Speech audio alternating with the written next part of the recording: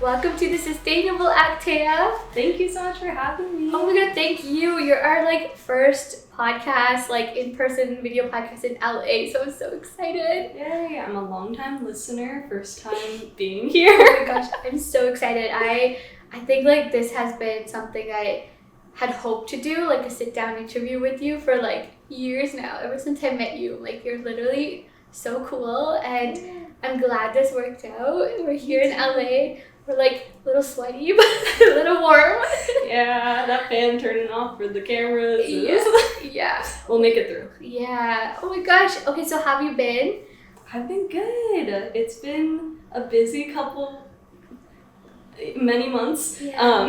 It's been a big year of just kind of professional development and running around and working on a whole host of projects. So excited to talk about it with you. I'm so excited for you to tell us more about it because I've been seeing your updates on social and and people tagging you and things, and I'm this is so cool. You're so cool. You're doing so much stuff. So I'm so excited to just dive right into it. But before, maybe for those that aren't familiar with the work you do, and who you are, your background, I would love to get started with sort of learning more about your background. So, because you do focus a lot on climate storytelling, can you share how you started your journey? How did you end up here? It's a question that I've gotten asked a lot. Is was there one moment or spark that really inspired me to start climate work? And the answer is no. But I did grow up in the Bay Area and had a really intense just kind of relationship with nature. My favorite place in the world is the Redwoods because it's just a place that I can go to and feel very small in the grand scheme of things. So I always knew that I wanted to do something kind of nature or environment or wildlife related. And growing up in the Bay Area, I was also very aware of climate related disasters. I grew up in a pretty intense drought, which also was a pretty intense wildfire season for a few years. We still get them pretty commonly. I think there's a couple right now. But I was also really aware of things like air quality and water consciousness. So that led me to exploring environmental science a little bit more in school. And I ended up going to NYU for environmental studies, where I got on a path of environmental studies and animal studies, which is a very ethics-focused and storytelling-focused path. And in one of my classes, we actually were digesting books and movies to understand our relationship and our perceived relationship with our kin, our animals and nature around us through media. And that led me to writing my college thesis on how film and media can actually be used as a tool for environmental awareness. Looking at 3 different genres. Tell me if I'm going a little too far into this question. I love this because I don't think I've ever heard this either, your background. So yeah keep going. So my honors thesis in college, I focused on 3 different genres of film: children's media, documentary, and sci-fi or cli-fi. So children's media was really looking at how we can inspire children from a young age to care about nature, just think about it. So films like WALL-E or The Lorax, which are my personal favorites as a kid. And then documentary, films like Blackfish, that really brought a big perspective to an issue that people didn't really know a lot about. And then cli-fi, I used The Day After Tomorrow, which isn't always the most accurate portrayal of what's going on with climate science, but it did have an impact nonetheless on how we look at natural disasters as related to climate and how we start to think about climate change on a greater level as a population. Mm-hmm. And so then I was on a track to do something in the environment. I wasn't totally sure what, but after doing that thesis, and I produced a short film in college as well that dealt with a lot of environmental themes, I realized that all of these were connecting, and it was possible to combine climate and art and storytelling and be able to embrace my passions while also continuing my path for justice. I love that. That was a beautiful journey, and thank you for sharing that. It's so cool to like hear that it started from like this place of like, I care about the environment, I want to do something about it, and then how it intersected with like art and media and like, you know, conveying change through that like form of, because there's so many different ways when you look at helping, you know, the planet in some way, whether it's like conservation work or, you know, whatever it is. And like, so that's such a beautiful journey, and like I feel like you're just getting started. Like I feel like you managed to accomplish a lot in your years, because I'm so excited to like get into those different projects, but also like more to come, I'm sure. Yeah, it took me a long time to really call myself an artist too, because I had been on kind of a more science or ethics path for a long time, and realizing that these can all work together. This year is really the first year that I'm calling myself a environmental artist and climate storyteller, so that's been a little leap of faith. Ever since I've like met you, because it's been a few years, I think, right? We met a few years ago, and like I've always seen like you as that like environmental creator, like cool like media person, and also like I've known you like when you've been in those various roles, working in film and television as well in the sustainability space. So like but I'm glad that you also came to that like sort of place of like, I'm embracing this, because I can agree, I can relate for myself too. It took me a while to be like, I'm an environmentalist, and it's not like a foreign term to use or whatever, when you're like, because my journey has been like the opposite. I started in film because I always wanted to like create and like, you know, be involved in media in some way. And then when I started learning more about the environment, which is in like my university years, is when I decided to start intersecting. So it's like similar but different, like the opposite. So like I always felt that like a little awkward as well, being in a room full of like film people and being like, I'm an environmentalist. I never really used that term, and it's so cool to hear that like you had a similar experience, though you came from an environmental background anyway. Yeah. Well, that's cool. And so that led you to starting, you co-founded your production company collective? I co-founded Strand Astronaut Productions. We're all co-owners of it. It's an artist collective and production house, and I've kind of swayed it towards focusing on social impact and climate content. We do branded videos with nonprofits to kind of translate their mission into video. And then we also do independent films and different art projects. And this year we've had a couple gallery projects. I was a creative in residence at Painted Brain here in Los Angeles. Congrats! Thank you. And then next month we're going to be playing at the Climate Imaginarium on Governor's Island in New York with our new experimental film Dreamland. Amazing. Can you tell us a little bit more about Dreamland? Yeah. So it's a film that is entirely made of archival, made from U.S. propaganda films that are sourced from the public archive, as well as some home videos. And it's really an exploration into the concept of Americana and the way that we kind of experience our relationship with the natural world. And then I've been kind of obsessed with this idea of shifting baselines for a few years, which is the idea that each new generation accepts a new baseline of how the world is. And some examples of this are like, we didn't have credit scores until like the 1970s, but it's also that things like conservation, we look at the buffaloes as this big success story that at one point we had about 300 buffaloes after the basically genocide of their species during the Native American genocide, and now we see that there's a couple 100,000, but we forget in that success story that at one point there were 30 million. So we need to be able to see that whole picture, and archival is a really big part of that in understanding our past to forge a better future. Wow, that's really cool. Wait, and did this, like when did this film release? Like, is this, like, a brand new, is this, like... It'll be premiering on Saturday at the Climate Imaginarium. Oh, nice. Oh, this Saturday? No. Yeah. Oh, my gosh. June 29th. Okay, well, this podcast episode might come out a little later, but, like, is there like a way that people can check this out, or like are you planning to put resources out, or like, because this will come out a little bit in the future, but yeah, what is the future plan for this? Yeah, so it'll play at the gallery for a month from June 29th to July 27th, I believe. And then after that, we'll probably make it free online. It's a 3-minute silent film that's accompanied by a poem.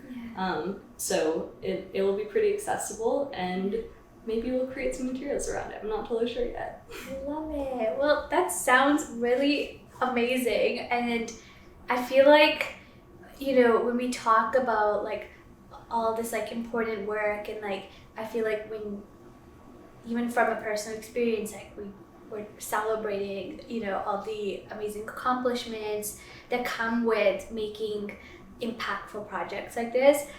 We, like people, like audience members, may not always realize the challenges, the barriers that we're faced to get to that point where you have this like successful project. And so I kind of want to get into that a little bit. If you want to share what were some, or like what are, even existing challenges or barriers you face when it comes to like climate storytelling, or trying to convey, sort of this like movement, or like, instilling hope in people, but like it's all the different things that you get to face and we struggle with just living in a world like this. But yeah, do you want to get into a little bit about challenges you face?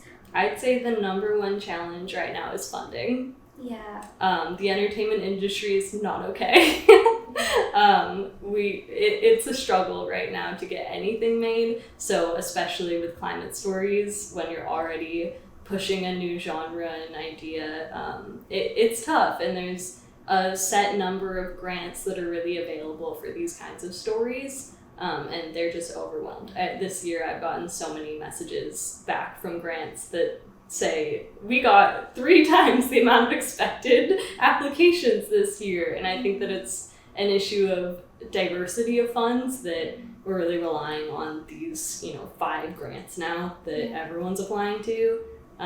So for our project, Healing Lahaina, we sourced from our community, and they really showed up, which was quite incredible to see. And it meant a lot to have a lot of people that Laurel, who's the director and a past podcast, has been on her show. To see some people really show the support and believe in us, and not just donations, but sharing it and messaging us about just being excited about the project. And we also got a grant from the Jed Foundation with the Pink with Purpose project. Again, not a film grant, so it's a little bit of a struggle in the film world, but when you're dealing with these concepts of climate and mental health, you can really diversify the applications there and go after grants that are more about the impact that you're making than the film, which is always a focus of mine as well with anything I create. And then I think another kind of barrier right now with climate storytelling is there's a little bit of a at odds understanding of what constitutes a climate story right now. And there's a really big push for 100% hopeful stories. And I think that it's incredibly important to find that balance of hope with also understanding the weight and gravity and urgency of the situation. So there's a film, How to Build a Pipeline, that just came out this year. Maybe last year, oh my. And I love that film. It's in my top 4 Letterboxd right now. But it definitely isn't like a hopeful story about climate change. It's a little bit eco-terrorism in there. But it's a thriller, and you can watch it without really seeing it as a climate story, but it brings in those themes of like, one of the characters, it has cancer from living in Long Beach, and Long Beach is currently trying to extend another 20-year lease on oil drilling, as people there are still suffering from all the consequences of oil.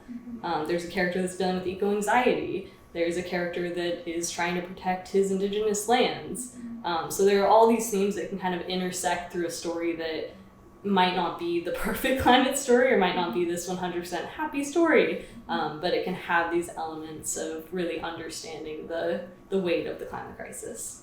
I really love that you're talking about that and addressing that, because you're so right, because there's now a sudden like I think a surge of like interest, and well, with the limited funding, it's the same in Canada, so it's like interesting to hear that it's quite like similar experience here in the States too, with lack of funding for like overall like independent media makers. But then like you look at climate and sustainability focused things, and it's like it gets even smaller, like that pool of funds. But in terms of like from like even the corporate side, I've been seeing this huge like uptake in like trying to get climate like representation, which is amazing. But you're right, like when it becomes just this one sort of like box of like, this is how climate started, like there's no definition. I feel like it's complicated, and it's like, how do you create a meaningful project that will instill hope, but then also you're not just like dissecting from the like, I guess, main issue, or like, because I've also noticed there's been like, I guess, stronger reactions towards projects that are very much like heavy, you know, talking about like, I guess, the negative impact of climate change, and people don't like that, and that's why they're more drawn towards like the hopeful. This is what I've been hearing a lot. I don't know necessarily like firsthand like people talking about their experiences and saying explicitly, I choose to watch hopeful films over like hard-hitting like documentaries that are in your face. But yeah, I think, I don't know where I'm going with this. I think it's an ongoing conversation of like, how do we get like have a balance of like all this different types of content? Because if we're only creating like positive, like hopeful, happy stories, what about like those films that make you like, you know, that like bring that like light switch moment? Like what personally for your project, what do you hope to achieve when you make a certain project with these underlying themes? Like there's no right answer. It's funny that you mentioned a little bit like the positive and not, because when I was writing my thesis, the pandemic had just hit, and we saw a pretty big surge in people watching films like Contagion, and wanting to watch, like, in a little bit of a weird, like, maybe catharsis way, wanting to watch something that felt almost worse than the situation they were actually in, to better understand their situation. And that was a conclusion that I came to as we see more climate-related disasters on the news. You know, people are gonna, in a weird way, crave more films like Day After Tomorrow that make their situation seem a little bit less bad, or maybe just see some of their stories reflected on the screen. So it's weird, you know, it's not 100% good to have that relationship. I don't know, you know, there's like extrapolations is showing like some pretty hefty stuff, and there's been some mixed reviews about that and whether people felt like that made them feel better or worse. Usually, you know, I have a bigger emphasis on documentary in my work, and I like to first of all make people feel like they're not crazy in how they're feeling. So with like Gen Z Mental Health Climate Stories, which is the documentary that I directed, it was first starting with like, what are our fears and what are our biggest anxieties around the climate crisis? And that was a really big piece of catharsis for people. And with Healing Lahaina, we're also, you know, we have a focus on community resilience after the Lahaina wildfire, but we're not denying that it was a pretty horrific and traumatic experience for a lot of people to go through. And as we're interviewing them, we're asking a lot of people to recount the worst day of their life. So it would be dishonest for us to not include that it was traumatic and that it was heavy, but we also want to piece in the elements of hope and what we can learn from in the next one. So with Gen Z Mental Health Climate Stories, we ended on a kind of note of how we can cope and find resilience, emotional resilience for ourselves and community resilience for the people around us. And a lot of that was taking action and being involved in your community, or just setting up groups to talk with each other. And for Healing Lahaina, it's really looking at how knowing your neighbors is a climate solution. And community resilience, the way that the community came together in Lahaina after the wildfire, will have long-term impacts. It had short-term impacts with helping each other, getting donations, setting up hubs for people to stay in for the night that it happened, getting socks for the day after, these simple things. But then it also has these long-term impacts because we're seeing from the Paradise Fire that people who were not as involved in their community are experiencing greater levels of PTSD and trauma from the fire. Wow. And people who are really involved in their community might not have those kind of impacts long term. So it's having the chance to analyze, to find those elements of hope, but also to just have a little bit of a focus on what really matters in life when we come down to it, which is love and community and family. On the topic of community, I would love to talk a little bit about community filmmaking, because so many of your projects are like very instilled in community and like so like wholesome to hear that like for Healing Lahaina, the community came together to help fund it. And like I think I saw on social media that like you got more funding than you asked for, right? Like you went, like you got 108%. Amazing. Like that is so incredible and shows like that, like the strength of community, but also like how important that project is to the people that are supporting it. But then also like you talking about going into, you know, the community and bringing up issues that could you know, bring up that trauma piece. How do you, you know, as a filmmaker, support like the community or like the subjects that are part of that project with like resources or support, or like just to be able to give back, if you do? Like I would love to hear more about like, you know, because I feel like I'm hearing a little bit about like people are starting to now like put that as a line item in their budget when they're like going and making certain films about really sensitive subjects, but it's not actually a common thing, and I feel like it should be. So I would love to know what your process has been like and what's been considered and done. I think, first of all, usually the projects that I do, I'm either involved in that community or know someone very close to me who's involved in that community. And I do think that that's really important when you're talking about these kind of more sensitive subjects around the climate crisis, like being on the front lines, or with, you know, having with Gen Z Mental Health Climate Stories, really showcasing the youth perspective. I'm part of that youth perspective and the Gen Z youth activists in the climate movement. So I was able to really relate to and get along and accurately portray the answers that I was getting from a lot of the subjects of that film.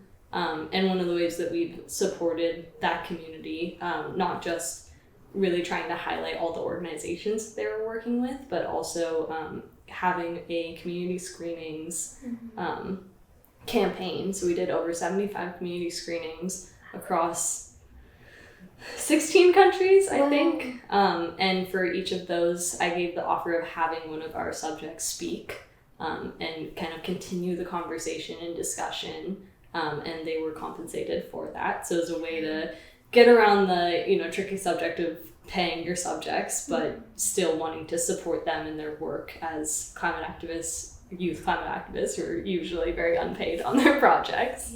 And then with Healing Lahaina, because it's such a sensitive subject, I personally would not have wanted to do a documentary on that if I was not close friends with Laurel Tamayo, who is the director of the project and is, unfortunately, her family lost a multi-generational home through the Lahaina wildfire, so she had a really personal connection to it. And I remember it in the days kind of after when we were talking about it, I said to her, like, people are going to be making a documentary about this. And I think that, you know, you're a documentary filmmaker, your family was impacted, and if you feel comfortable at any point, it would be a really impactful story to share.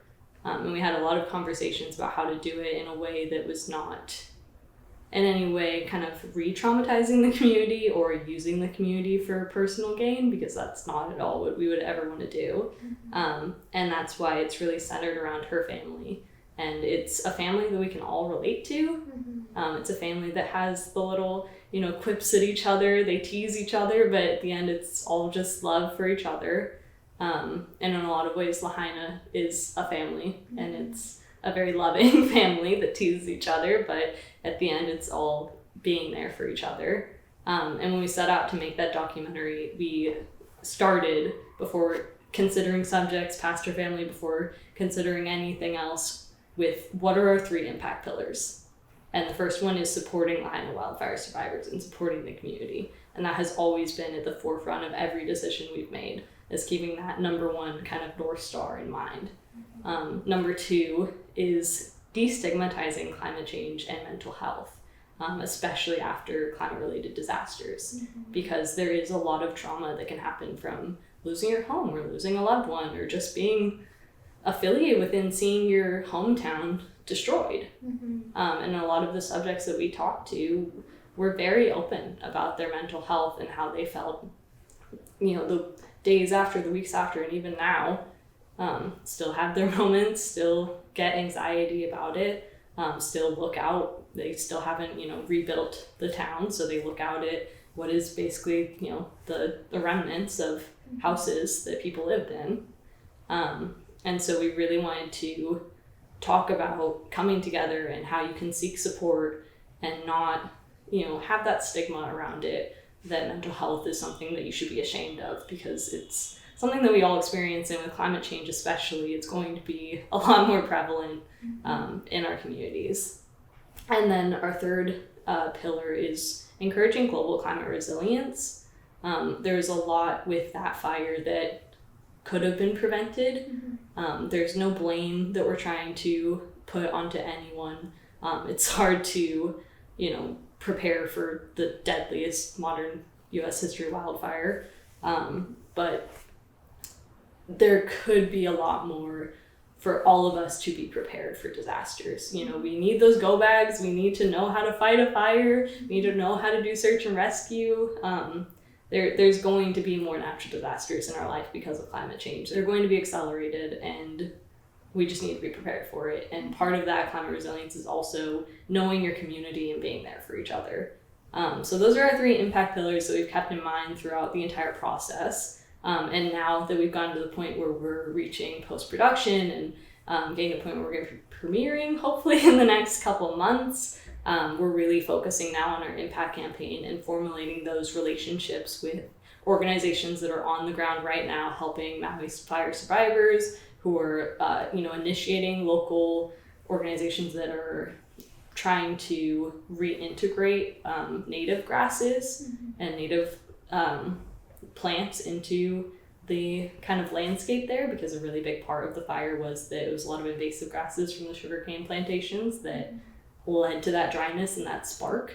So regrowth is a pretty big kind of narrative that we're leaning into there. I feel like that's a really good, sorry to interrupt, but regrowth is such a good symbol too, because it's like regrowing the community and like that resilience, but then like also fit like quite literally regrowing certain, anyway, I thought that was a really cool like symbol of this and metaphor. But we just made a post that was highlighting a couple organizations, and we're hoping to start working with them to set up something of like an info sheet that goes along with the screening of the film, that has donation links, that has resources links, so people can learn, can take action, can get involved. That's amazing to hear. Thank you for sharing about all that. I can't wait to watch the film, and like I'm here to support. We're here to support however we can to get the message out there, because like what you guys are doing is like so important, and I feel like the approach you're taking is just equally as important as the story, because as more and more people start to like, get into like impactful like storytelling or wanting to tell these community stories, I think there's not enough information out there for how do you tell the story. Like earlier you were talking about how you're only part of projects that you have a direct connection to. I think that's a really important thing you bring up, because it's like, who are you to be telling this story? That comes up a lot too, like as we start to see more and more like projects about certain communities or cultures or things, and it's like when you look at behind the scenes, like who are the people telling these stories? Should they be the ones telling these stories? So I really appreciate like you bringing that up, and I think that's such an important like message and lesson for like aspiring filmmakers or creators as well to take really into consideration when wanting to tell stories. So yeah, thank you for talking about that. Hearing about all these different various projects that you've been involved with, like the intersection of like the themes between them all, like they're very intersected, and I think that's really admirable as well. And so I kind of want to go talk a little bit more about the Gen Z mental health, because I keep seeing posts about it. Like there's still screenings going on, and this came out a few years ago, right? 2 years ago? Yeah, it was actually part of the 2022 Hollywood Climate Summit. It started as a video for a panel, and we got such incredible feedback from that we decided to just go all in and really like make it into a film. And yeah, since then I was not expecting it to have as much impact as it did. I didn't realize the weight of being a young person and seeing our fears and anxieties and feelings and hopes just kind of said back to us and represented on the screen. So I think that there was a lot of impact for young people to be able to see that for the first time. And it's played at places like COP27 and COP28. It played for the UN and WHO. We got an impact case study from Jackson Wild because of all the community screenings we had kind of spearheaded. So yeah, it's had, and we have a screening coming up, I think. In New York? Yeah, it's Patagonia, and it's still living. Still going, but it goes to show like how needed that like the subject matter, but also that like piece of like content like is needed, and how much it's resonating with the current generation. So like I'm not surprised that it's like getting the momentum that it is. But I wanted to like ask like what are some of the key messages and stories from the film that you think resonated most with audiences, or still do resonate? Yeah, one of the first things that kind of starts off the film is a couple of the people saying that they are questioning having children, and they don't know if they should bring a child into this world, which has become kind of a common dilemma with a lot of young people. I personally think that we should bring more climate warriors in, but I understand the worry and anxiety there, obviously, with not knowing what the future really looks like. So that's something that I feel like has really resonated with a lot of people, and has been said back to me after watching the film that they felt like their opinion was kind of validated there. Just seeing someone else have that same thought, they felt a little bit less different and alone. And then I've also had some like older generations come up to me after and really say that like they understand what it means to be a young person better now, and that a lot of the fears are also ones that they have. Like it's not just young people that are worried about this, which is nice to know. But they can better kind of talk to young people in their life about the issue. That is like so cool that you say that, because I've been in situations and in like conversations in rooms where, with like an older, like a person from an older generation that sees a younger generation in like a different light, in the sense like not in the best way, like has this preconceived idea of like, oh, young people just complain, or oh, and they have it easier, oh, like technology, the digital age, or they don't care, or like also with the way that our, like you said it before too, just with your other Dreamland project, like seeing how like each generation views like the future differently. I think that's what you said, right? And like in the time of like when consumerism is at its highest, and like the culture that we're in when it comes to like, like the brands and the everything, just like culturally, like where we are, it's so easy to put that blame on young people for participating and in being a certain way. And so it's been like awkward being in situations where you're talking to like a much older person that's like, young people are lazy, or young people complain too much, or I don't see young people do anything because they're at Starbucks or shopping at like whatever. Like how do you reply to that person, or what do you say to that person? Like, I'm always just like, okay, like I don't know what to say. So I think it's like a really cool thing that you're getting that feedback, that this film is also helping different generations understand one another, because there is a disconnect, and I feel like there always will be a disconnect because that's just the nature of But I also think like intergenerational wisdom is so important. So I wish that there would be more connection between younger and older generations, and that it wouldn't be that response so much of the time, because I've had such impactful conversations with people who have lived a lot of this and have a lot to share, have seen, you know, plastic waste grow from being, you know, a young kid to now being older. And it's funny, I was just in Finland and I was taking the train everywhere, walking everywhere. There were barely any cars, and everywhere I went to eat, I was given silverware and reusable plates. You know, no plastic plates, no paper plates, and you just hand it back to the person when you're done. So there's certain things that we think of as like, this is the way it has to be done. If I go, you know, get food somewhere, I have to be given a plastic fork because I might take it out of the store. So it's interesting to be able to see the differences in history and have that kind of shared wisdom. So totally. Here's a call to older generations. Yeah. Talk to us. Yeah. We're cool. Yeah. No, totally. And like, not to say the whole older generation is like one way. Like there's like amazing people, but totally, like, I think there's room for improvement. There's room for more connection. And like, I think as we progress in society, like that idea of connection looks so different. And I think, how do we get back to like meaningful connection? It's that, anyways, that's like a totally like separate topic that we won't get into, but really cool to hear the feedback and like what's been sitting with people, like resonating with audiences watching the film.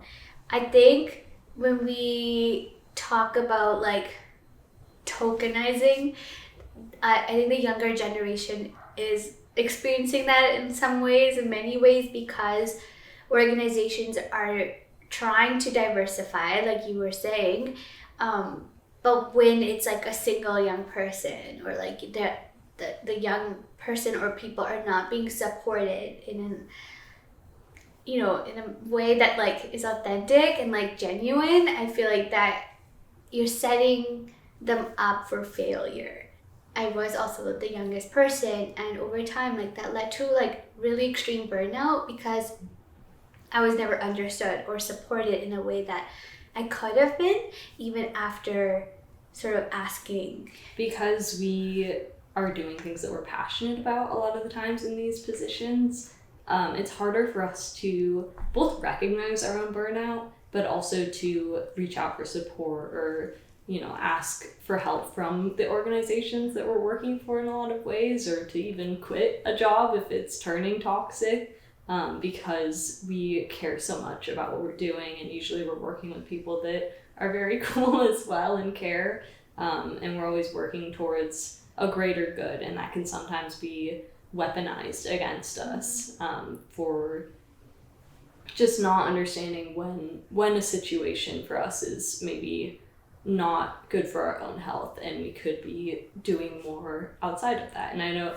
you kind of understand this as someone who is running your own company now, and I've started my own company as a young person doing that. It can be hard to not experience imposter syndrome, and especially when you're in these conversations with people and you can kind of maybe tell that they think you're a little young. It's hard to feel like it's hard to stop working because you feel like you have to overcompensate for being a young person in the field. Totally. And that like imposter syndrome, I feel like obviously, like, I think there's like, you know, we have moments of that, like as we, you know, enter spaces that are like we normally, like, maybe people of our generation or background are not normally in, and so like that's where I think sometimes imposter syndrome stems from. But then other times it's like when you get comments that are backhanded comments about like I've had that. I don't know about you, I'm sure you did, but like I've been in situations or meetings like in like a role that I very much deserve to be in, like I worked hard to get to, and then like being met with comments of like, oh, you're just a kid, or like, or whatever, right? And it's like, it just like, kind of takes away like everything that, like, I think what you're saying about overcompensating, like it's so true, but it's like, when does that stop too? Yeah.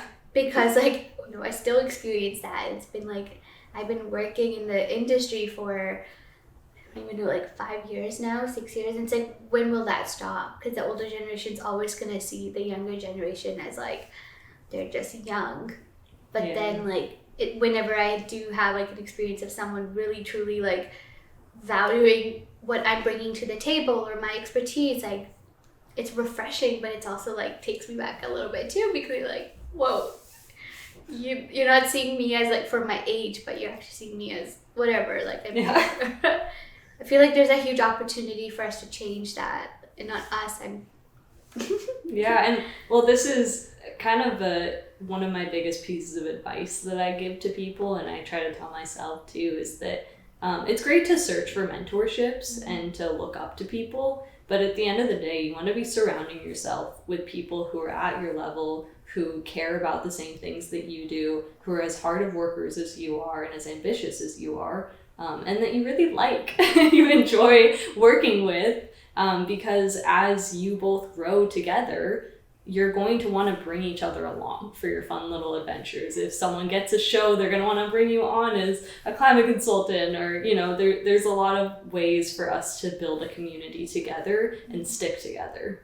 I love that. That's a really good piece of advice that I hope people can take, and I will personally take too, because you're so right. Like ever since I started, like this year, I've been getting more involved with being part of like initiatives and like working with youth-led organizations, and it's been such a game changer, because I didn't realize what I was missing until I was in those environments. And like I was kind of mentioning it at one point before about like, you can really tell like when events are organized or initiatives are organized, and like when it's organized by like youth or like younger generations, because of what goes into like designing those, and like accessibility needs, and just taking things into consideration. That I've been to like tons of conferences like for sustainability, for other things that are like clearly organized by a different generation, and it's like just simple basic things are not there or whatever, because it's not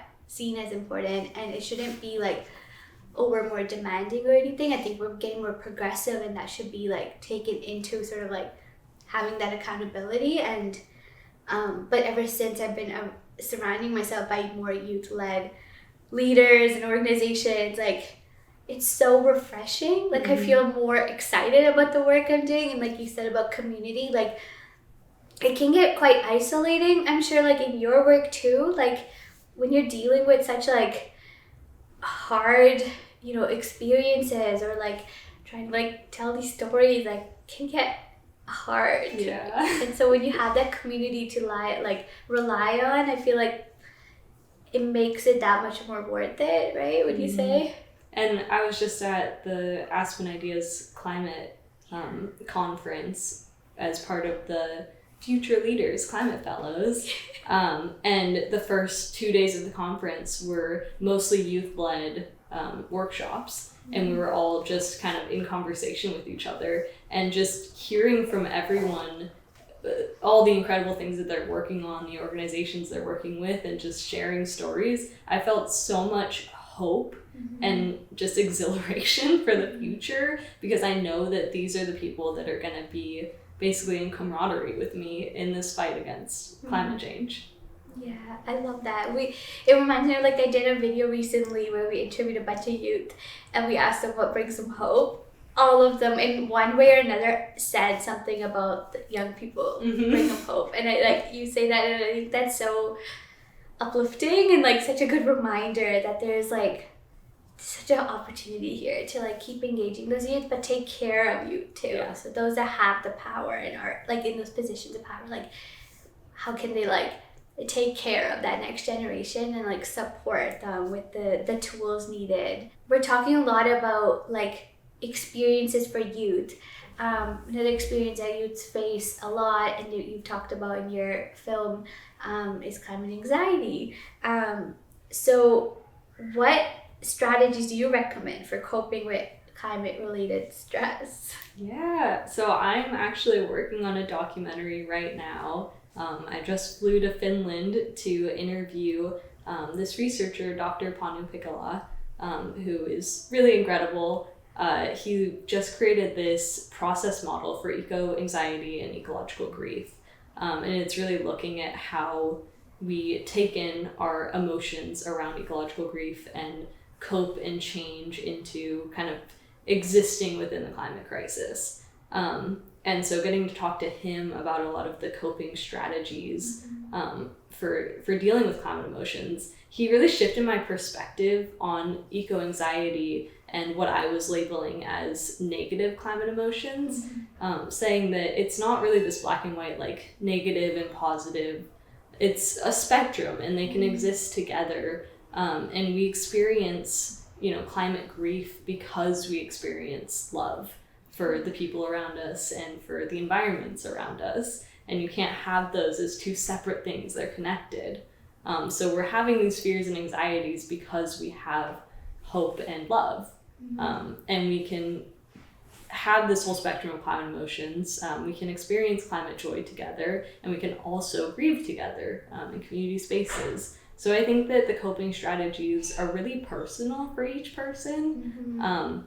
But a few of the examples that I've heard a lot and that are personal to me are creative expression. Even if you're not an artist by trade, just picking up a pen and journaling about your feelings or drawing a little tree, those will really help you process a lot of those emotions. And Panu also played a little song for us on piano. That's a way that he copes a lot with his own climate emotions, and he'll name them after his different climate emotions of the day.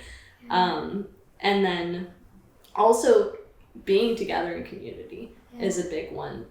So really coming together to experience climate joy, to have these gatherings where in his model it's called distancing, but really it just means being able to kind of experience self-care outside of the climate crisis without ignoring that it's happening. So those kind of community spaces where we can all connect and care for the environment without feeling all of these washes of anxiety, that's really important. And then also meaningful action for the climate or for the environment is literally a buffer for eco-anxiety. There was a study a couple years ago that we used for Gen Z mental health climate stories that showed that taking meaningful climate action, not joining every single protest, every group that you can and burn yourself out, really targeted, meaningful community action can buffer feelings of eco-anxiety in ways that it doesn't buffer generalized anxiety. So it's interesting. We're still learning a lot about how we experience climate emotions separately from, generalized mental health, anxiety, and depression. But everything is very interconnected, and I think that taking the time to really understand your own emotions and not just ignore them, not go into your phone and try your best to not feel a single thing, which I've been, a victim of too. Taking that time to grieve together, to participate in joy together, and to, creatively express yourself. Those are all great methods. Oh, that's such a beautiful answer. And thank you for sharing all your wisdom as well. And so cool to hear about your different experiences talking to these different people. And I can't wait to so this is a different, a new project. This is another project. I know, do you sleep? No. I'm still on the topic learning, of mental health, are you taking care of yourself too? I'm still learning how to do that part. But I'm really telling everyone else how to do it. So, this is a project called How Are You Really? And it's an exploration in kind of radical joy and honesty that a lot of young people are experiencing. It's a little bit of a follow-up to Gen Z mental health climate stories. We're very under-resourced for that project. So this one is really looking past the what of how we're feeling and looking towards the what now. What can we do about it? How do we cope and how do we hope? So that's why I was just in Finland, Yeah. which was very fun. And I just am so incredibly grateful that my life has led me to traveling places to talk to just such intelligent people, and getting to hear all of their thoughts and perspectives. I'm grateful to be able to share their opinions. Thank you so much for sharing all that. And I think, like, again, like we were talking earlier about like how important these stories are, and like thank you for like putting your energy and your heart and your time into making this work, creating this content, putting it out there, because it's like, you mentioned that you're still learning how to balance that, and I really hope that you also are taking time for yourself and like resting and recovering. And I did this workshop recently, and it was by this youth-led organization called Shake Up the Establishment, with they're Vancouver based, and it was focused on like rest and recovering is a form of resistance in like the name of like social justice and climate justice. And like it was so like amazing to be part of like a workshop that was like focused on like not so much about, okay, what action can you take to, make yourself feel better about like this anxiety you're facing, or it was like really focused on when you are taking care of yourself and you can show up, like that's also a form of resistance. I thought it was really powerful. And I think we're starting to see a little bit more on that too, as our generation is fighting on the front lines, and when do we take that time to recover? So I hope that, you do take time to like rest and recover, because it is resistance. Well, let's get on to like the fun segment. Just like a little like get to know you. What we were like just talking about, we could call it like green takes or something. Yeah. We'll think of something if it is a cooler name. Not good with coming up with cool names, but we'll call it green takes. So when you're not working on climate projects, and I heard that you enjoy trying new vegan spots. I do. What are some of your favorite vegan restaurants or dishes you've discovered recently? The vegan community is hurting here in LA, and a couple of my favorite places have closed down or are dead to me. I won't name names. If you know, you know. But this place called Just What I Needed in Frogtown has the best vegan pastries that I've ever had in my whole life. Whether you're vegan or not, you're gonna love the tomato galette that Justine makes. And they just opened up a wine bar at night too, and they have jazz nights, which is my favorite things combined: vegan pizza, wine, and jazz. So definitely hit them up if you can. They are just such a wonderful little cafe in Frogtown. It's right off the LA River too, so you can walk around the LA River and see some of that flora and fauna coming back, that we've been fighting for a while. There's still a lot to do, but it's nice to just be able to walk the river and see some of the birds returning. I also just went to Finland, and there was vegan food everywhere, which was very cool. And I tried this vegan Finnish pastry. It was like a traditional Finnish pastry, and it was a potato. It was like baked and flattened, and then it had vegan cream cheese. You got me a potato. Yeah. Kelp caviar, and then the other one was sour cream and pickles with like syrup on it. Oh my God. Would never go for that, but it was amazing. And if anyone Sounds knows a Finnish bakery connect here in LA, hit me up. Oh my gosh. I've noticed though, I was in Europe last year, and like there was so much more vegan options there than here. And like even your fast food restaurants, like everywhere had like a lot more vegan options, and then like every restaurant, I'm like, why is North America so slow to this? Yeah. So, like it's so cool to hear. Now I'm like, I want to go back. Amazing. Okay, yeah, gotta add that to our list while we're in LA. Okay, so if you could collaborate with a filmmaker, like any filmmaker or artist, living or dead, on a project, who would it be and why? Ooh, that's a good question.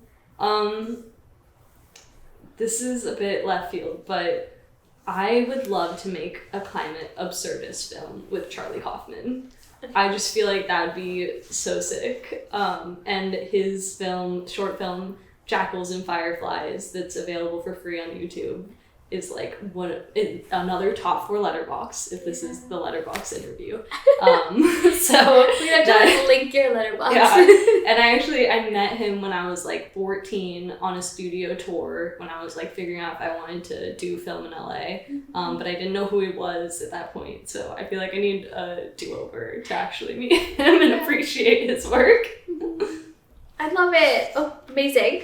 Okay, so as someone deeply embedded in both film and TV, but like a lot of projects are very serious and like, you know, impact, what, like, or do you have any guilty pleasure movies or TV shows that are completely unrelated to your work that you love watching? There's some I won't share. You can share. This is a safe space because I have my fair share of guilty shows. The Netflix dating shows. Oh yeah, okay. No judgment. I will not be seen as having watched those. But yes, I've seen all of them. Yeah. They're ruining people's lives. It's amazing. They're so bad. This isn't really a guilty pleasure show, but The Bear is coming out this week, and it's like my favorite show on TV. I will be pausing all work to watch that, so sorry, The Planet. You'll have to wait until I've watched The Bear season 3 Rest for me to in start recovery is a form of resistance. And then I will say, I always stan the Bratz movie, because I know the Barbie movie kind of like took over last year, but the Bratz movie is the original fave. It's just pure 100% no notes, 10 out of 10. Everyone has to watch it. I don't think I've seen it. It's you gotta watch it. I won't tell you. Is it live action or is it? It's live action. Yep. I didn't even know that was a thing. But yep. Okay, I'm adding it to my list. I have so many like guilty shows. Like I have to say it. I hope I don't get like canceled for this, but Selling Sunset is so stupid but so good. So. And it's like, I come to LA and I'm like, yeah, no, they're so far the reality with the rest of the world. But like, it's good entertainment. Mm-hmm. Sometimes you just gotta turn our brains off. Oh, totally. Yeah. If you could have a superpower to solve one environmental issue instantly, what would it be and why? This is my answer regardless of if it's to solve the climate crisis or not, but it's to talk to animals, because I'm just Snow White. Yeah, I've always felt like such a kinship to animals, and like I know it's a problematic fave, but I loved Pocahontas as a kid because like she's just seeing all the animals and plants as her family, and I feel like we just need to appreciate them more. And if I could just like be a mouthpiece for all the animals on the planet and be like, stop oil, stop plastic, then I feel like maybe I could make some change. But also it's a little selfish because I just want to talk to animals. That's such a good answer. Okay, lastly, if you could give this one, I guess we're ending it with like not a green take, but more so sharing your wisdom. Lastly, if you could give one piece of advice to aspiring climate storytellers and filmmakers, or like just like even if they're not climate, but I would say let's focus on climate, what would it be? So those wanting to do what you do. I feel like the biggest advice I give is that everyone has their own path. And it's such a new field that honestly it's better that way, that there hasn't been this kind of designated path of all the steps you need to take, what you need to major in college, what your first job needs to be. Like we have people from all over who are coming either from a film background into climate storytelling, or like me from an environmental background into film. We have poets and artists, and we have wildlife biologists, and all of that is so necessary to create diverse climate stories. So I think that just following your own path and letting it lead you towards climate storytelling is a really big piece of advice from me as someone who's followed an untraditional path into film and often feels a lot of imposter syndrome being around film people. as someone who like didn't study it in college. And you know, a year ago I was terrified to touch a camera. I was like scared that I was gonna not know when it's recording. It's the big red button. But now I feel so confident behind a camera, and I'm actually like excited to set up shots, and I'm editing my own projects and really just going in to learn every skill that I can, and just being open to any pathway and tool and skill that I can kind of take. So that's my advice. I love that. And I think, yeah, like that's such important like piece of wisdom and advice, because everybody has power and to change, or like their voice is important. And like I think I need that reminder like a lot of times as well, like again, like you said, following an untraditional path, and then being in like in spaces where I'm around like people that have studied environmental science, or like are very much more knowledgeable in certain areas of environment, and I'm here like as like the creative. It can feel like I don't belong there, or I can't do my part, but reminding yourself that like you have the power to change your own little corner with your own gifts and talent and skills. So Yeah. thank you for sharing that, because that's a really good way to like end this episode. Just like think about like there's no one path. And it's so cool to sit with you and like have that same like common sort of experience, even though it's different. And I think even before you were talking about the power of community, like just all the things that like when you come together, and then you don't feel alone, and you can do a lot more when you have people in your bubble, in your world. So true. It's very important, and it's good for your mental health too. Yeah. Exactly, alongside rest. So I hope you get to have a nap soon. I will sleep when the planet is healed.